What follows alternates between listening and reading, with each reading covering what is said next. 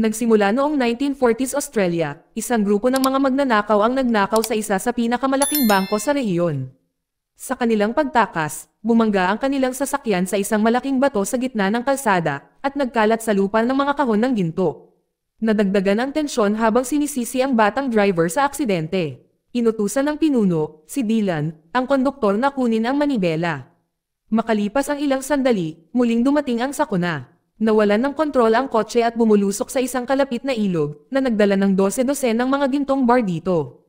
Ang batang driver at ang konduktor ay namamahala upang makatakas, ngunit nakikita ni Dylan ang insidente na ito bilang hindi mapapatawad. Inutusan niya ang kanyang kasamang si Janusz na harapin ang konduktor. Hindi nagtagal, ang walang buhay na katawan ng lalaki ay itinapon sa ilog. Habang lumulubog ang katawan sa ilalim ng madilim na agos, ibang bagay ang gumalaw sa kailaliman sa ibaba. Dahil walang magagamit na mga advanced na makinarya sa panahong iyon, ang mga magnanakaw ay walang pagpipilian kundi ang mano-manong kunin ang ginto. Nagpasya silang magtayo ng kampo malapit sa tubig sa gabi upang bantayan ang natitirang kargamento. Habang nagpapahinga sila, nananatiling kalmado ang tubig hanggang sa muling lumitaw ang katawan ng konduktor. Pagkatapos, nang walang babala, may humihila dito pababa sa madilim na tubig.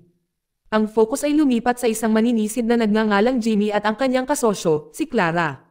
Naging mabagal ang kanilang negosyo sa diving, na walang kita. Desperado para sa trabaho, binisita ni Clara ang kanilang manager, si Morgan, na umaasa sa isang bagong kontrata. Sinabi sa kanya ni Morgan na walang mga bagong kliyente, ngunit nagmumungkahi na siya at si Jimmy ay nag-aayos ng ilang hindi nagamit na kagamitan sa winch sa bodega. Hindi nagtagal, dumating ang dalawang estranghero sa pagawaan. Sila Dylan at ang kasama niya.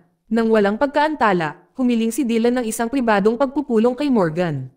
Ipinaliwanag niya na ang kanyang cargo truck ay aksidenteng nahulog sa ilog noong nakaraang gabi, hindi kalayuan sa kanilang lokasyon. Kailangan niya ng mga diver para makuha ang nawalang kargamento at nag-aalok ng advance na pagbabayad ng maaga. Iginiit ni Dylan na mananatiling lihim ang trabaho. Walang magtatanong tungkol sa kargamento at walang mga diving permit ang dapat ihain. Kung mananatiling tahimik ang koponan. Nangangako siya ng malaking bonus kapag natapos na ang trabaho. Sa una, nag-aalangan si Morgan. Nag-aalala tungkol sa mga panganib ng isang hindi lisensyadong pagsised. Ngunit ang pagbabayad ay masyadong mapang-akit. Ito ay sapat na upang bumili ng isang 200 horsepower diesel na bangka para sa hinaharap na mga ekspedisyon. Tinitimbang ang gantimpala laban sa panganib, sumang-ayon siya at nagsimulang ayusin ang operasyon. Bago umalis ang koponan, binalaan ni Morgan sina Clara at Jimmy na huwag magtanong tungkol sa kanilang mga kliyente o sa trabaho. Ang tiwala ay hindi nauugnay. Ang mahalaga ay tapusin ang trabaho at mabayaran. Kinaumagahan, nakarating sila sa ilog kung saan lumubog ang sasakyan. Ipinakilala ni Morgan ang kanyang dalawang katulong kay Dylan, na agad namang nagtanong sa presensya ni Clara, nagdududa sa kanyang kakayahan dahil siya ay isang babae. Mabilis siyang sinabihan ni Morgan. Tinitiyak sa kanya na kapwa sina Clara at Jimmy ay may karanasang magkakaibang may kakayahang pangasiwaan ang trabaho. Habang nagbabantay si Dylan at ang kanyang kasama sa paligid ng site, sinimulan ni Morgan na i-unload ang diving gear, kabilang ang isang mano-manong oxygen pump. Si Clara at Jimmy ay nababagay habang si Morgan ay pumwesto sa winch, handang patakbuhin ang cable system mula sa itaas. Matapos ang ilang minutong paghahanap sa ilalim ng tubig, nakita ng mga diver ang nakalubog na sasakyan. Sumenya sila kay Morgan at kinumpirma na buo pa rin ang mga kahon sa box. Ang susunod na gawain ay kunin ito at ianggat sa ibabaw. Dahil nakalock ang trunk, inihanda ni Morgan na gamitin ang nakakabit na cable para pilitin itong buksan. Bago pa sila makapagsimula, may isang malaking bagay na gumalaw sa likuran ni Clara at hinampos siya ng malakas. Lumabas lang ito nang wala sa oras. Madilim ang tubig at hindi niya makita kung ano ang tumama sa kanya. Ilang sandali, lumitaw ang isang napakalaking bull shark at kinagat ang kanyang helmet, na naputol ang hose ng oxygen. Nakita ni Jimmy ang kanyang paglubog at nagmamadaling tumulong, natagpuan siya na walang malay. Si Morgan mabilis na pinahihit ang winch para hatakin siya habang nakatingin si Dylan ng walang pag-aalala. Nang maglaon, nakuha ni Jimmy ang isang fragment ng ngipin na nagkumpirma na ang umatake ay isang bull shark, isang species na kilala na nabubuhay sa tubig alat at tubig tabang. Si Dylan, na nakatutok pa rin sa pagbawi ng kanyang kargamento, ay hiniling na ipagpatuloy ni Morgan ang pagsised. Tumanggi si Morgan, na ipinaliwanag na ang pagbabalik sa tubig ay magiging pagpapakamatay maliban kung ang pating ay unang aalisin. Pagsapit ng hapon, bumalik si Dylan mula sa bayan, na sinasabing nakahanap siya ng isang mangingisda na may karanasan sa pangangaso ng malalaking pating. Dahil malapit na ang gabi, napagkasundoan nilang maghintay hanggang umaga bago ipagpatuloy ang operasyon. Sa pagbagsak ng dilim, ang grupo ay nagtipon sa paligid ng apoy, nagbabahagi ng mga inumin upang mabawasan ang tensyon. Habang nag-uusap, tinanong ni Clara si Dylan tungkol sa laman ng mga kahon. Mahinahon siyang sumagot na nagsasabing naglalaman ang mga ito ng mga produktong kosmetiko para sa kanyang kumpanya. Hindi siya pinaniwalaan ni Clara. Nang maglaon ay nakipag-usap siya ng pribado kay Morgan at hinimok siya na tanggalin ang kontrata. Ngunit sa kabila ng kanyang babala, nagpa siya si Morgan na ipagpatuloy ang trabaho. Dahil sa pangako ng pagbabayad ay hindi nila kayang mawala. Kinaumagahan, habang naghahanda ang mga tripulante para ipagpatuloy ang trabaho, dumating ang isang pulis sa lugar. Sinabi niya na nakatanggap siya ng ulat tungkol sa isang lumubog na kotse at nagtanong kung bakit hindi ito naiulat ng mas maaga. Sinubukan ni Morgan na magpaliwanag, ngunit pumasok si Dylan, na sinasabing gusto nilang iwasang abalahin ang mga lokal na awtoridad at walang sino man ang nasugatan. Pagkatapos ng maikling palitan, nagbigay ng babala ang opisyal na manatiling maingat habang nagtatrabaho sa ilog, pagkatapos ay umalis. Maya-maya pa ay dumating na ang mangingisdang inupahan ni Dylan. Ipinakilala niya ang kanyang sarili bilang si Bob at inilatag ang kanyang plano na akitin at barilin ang pating kapag ito ay lumabas. Gayunpaman, dalawa sa kanyang karaniwang mga tripulante ay hindi magagamit, kaya humingi siya ng 2 boluntaryo upang tulungan siya sa bangka. Agad namang nag-alok si Jimmy na sumama sa pamamaril, at gusto rin ni Clara na sumama, ngunit tumanggi si Bob na sumama ang isang babae. Pagkatapos ay inutusan ni Dylan si Sean, ang batang driver na sinisi sa naunang pagbangga, na pumunta sa halip. Sinabi niya sa kanya na tingnan ito bilang isang pagkakataon upang tubusin ang kanyang sarili. Nang makarating sila sa lugar kung saan huling nakita ang pating, pinahinto ni Bob ang bangka at sinimulang ihagis ang mga tipak ng hilaw na karne sa tubig bilang pain. Pumwesto si Sean gamit ang isang rifle habang tinulungan ni Jimmy si Bob na pamahalaan ang linya ng pangingisda. Ilang sandali pa, may nahawakan ang kawit na mabigat. Ang linya ay naging mahigpit at ang paghila ay halos magpadala kay Bob sa dagat bago ito maputol. Habang pinapalitan niya ito ng bago, lumitaw ang pating. Nagpaputok ng ilang putok si Sean, ngunit lahat ay sumablay. Sinimulan ng pating ang pagrampa sa maliit na bangka, niyanig ito ng marahas. Hinawakan ni Bob ang kanyang pana, sinuri ang madilim na tubig para sa paggalaw. Sa loob ng ilang segundo, tumahimik ang tubig.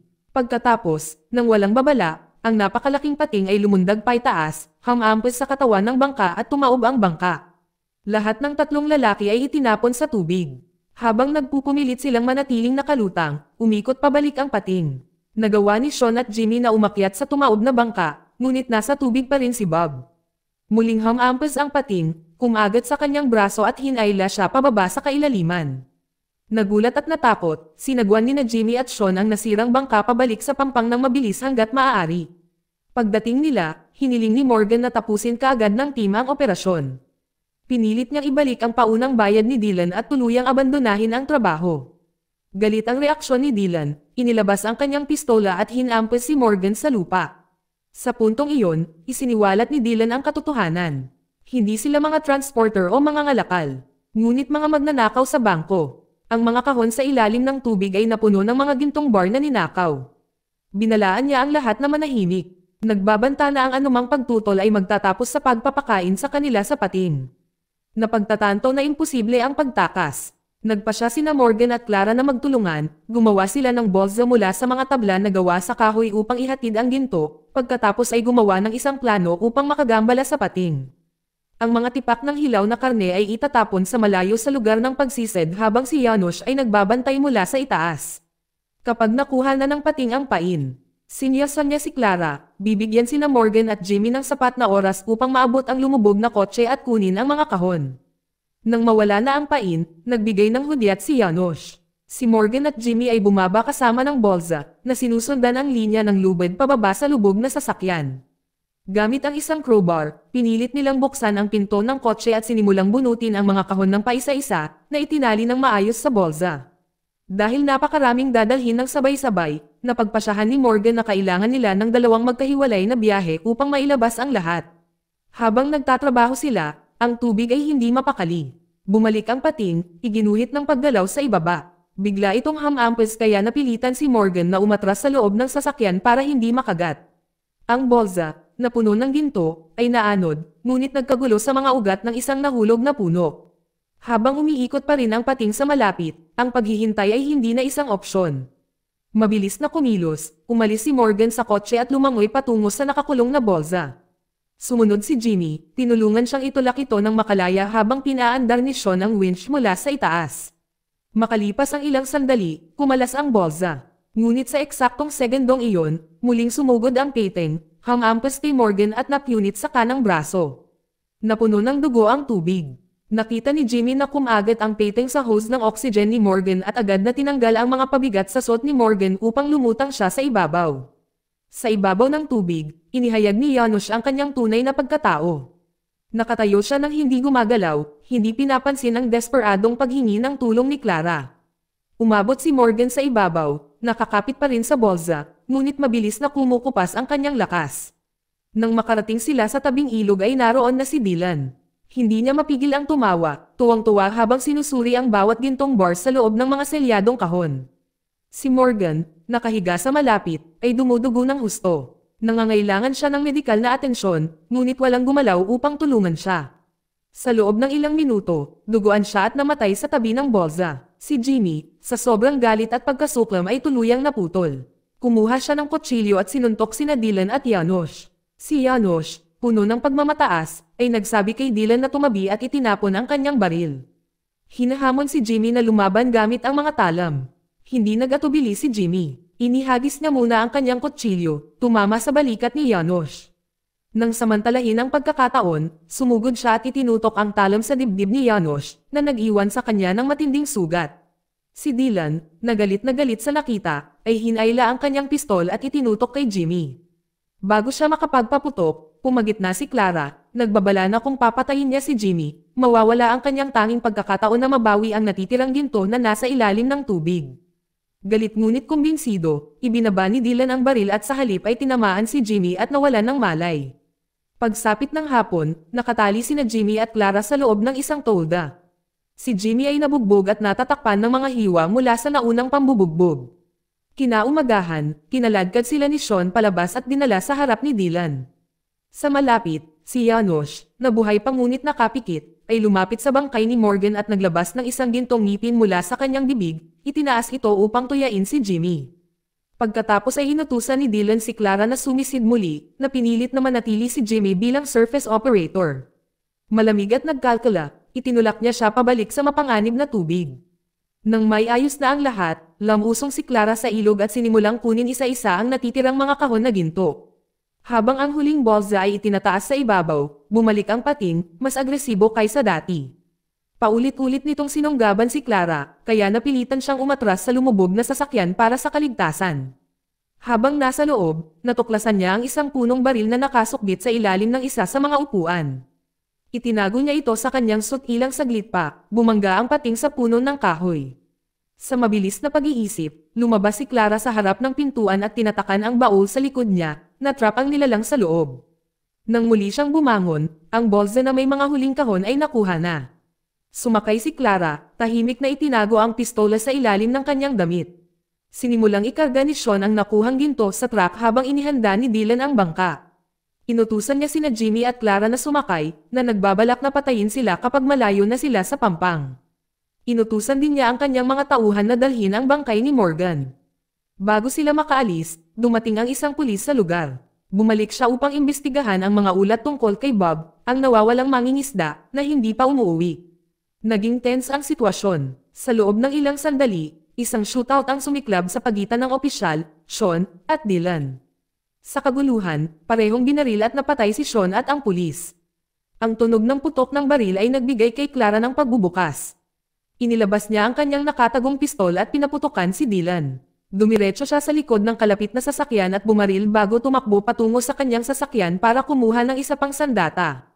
Kasabay nito, si Jimmy ay nahuli sa isang marahas na pakikibaka kay Janusz malapit sa tabing ilog. Nadaig siya ni Janusz, pinilit siya sa lupa at hinawakan siya sa gilid ng tubig. Nang malapit nang ibigay ni Janusz ang huling suntok, sumugod si Clara at hinampes siya ng mabigat na bagay sa ulo. Dahil sa impact, napaatras si Janusz sa ilog kung saan siya nalunod. Ilang sandali pa, muling lumitaw si Dylan, hinahanap sina Clara at Jimmy. Nang wala ng rutang tatakasin, nagpa siya silang sumisid sa ilog at lumangoy patungo sa tapat ng pampang. Si Dylan, galit at desperado, ay nagpaputok ng mabilis sa tubig, determinadong patayin silang dalawa. Hindi pa nakontento, kinuha ni Dylan ang bangka ni Bob at sinundan sila. Nabulag sa galit, hindi niya napansing gumalaw si Clara mula sa likuran. Nang lumutang si Jimmy, humihingal, kinuha ni Clara ang kanyang pagkakataon at itinulak si Dylan na mawalan ng balanse, na nagpabagsak sa kanya sa tubig.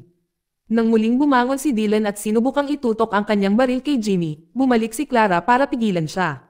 Lumangoy siya palapit sa kanya, nakuha ang kanyang atensyon at hinayla siya palayo sa bangka. Nang makalayo na siya, sumakay siya at pinaandar ang makina, naiwan siya sa tubig para harapin ang paparating na pating. Walang pag-aalinlangan, kinuha ni Clara ang pistol ni Sean mula sa kubyerta at bumalik sa tubig. Nakita niya si Dylan na nagpupumilit na umahan mula sa tubig, pagod na pagod, ngunit mapanghamon pa rin. Itinutok sa kanya ang baril, itinoon niya ang kanyang mga kamay, handang tapusin ito. Bago pa siya makapagpaputok, bumuhos ang tubig. Umakyat ang pating pataas. Ikinapit ang mga panga nito sa binti ni Dylan at hinayla siya. Sa loob ng ilang segundo, wala na siya. Nang bumalik ang katahimikan sa ilog, sa wakas ay nakahinga ng maluwag sina Clara at Jimmy. Tapos na ang pagsubok, nasa likod nila ang ginto, pagkamatay, at karahasan. Gayunpaman, isang tanong ang nagtagal. Ano ang dapat nilang gawin sa kayamanang naiwan? Makalipas ang 3 linggo, nagsimula muli ang kanilang buhay. Sa diving office, nagulat si Clara nang may 2 bisitang naghihintay sa kanya. Ang una, isang lalaking nakasalamin, ay nagpakilala bilang abogado ni Morgan. Ipinaliwanag niya na iniwan ni Morgan ang will, pinangalanan si Jimmy bilang kanyang tagapagmana, ipinagkatiwala sa kanya ang lahat ng kanyang natitirang mga ari-arian. Ang kilos ay sumasalamin sa ugnayang nabuo ni Morgan kay Jimmy, na tinatrato siyang parang anak. Ang pangalawang bisita ay ang pinuno ng sentral na bangko. Siya ay dumating upang personal na pasalamatan sina Clara at Jimmy para sa kanilang katapatan at katapangan. Matapos ang kabuluhan, ibinalik ni Clara ang lahat ng ninakaw na ginto, tinitiyak na ang bawat barya at bar ay ibinalik sa mga nararapat na may-ari. Dito nagtatapos ang kwento, kaibigan.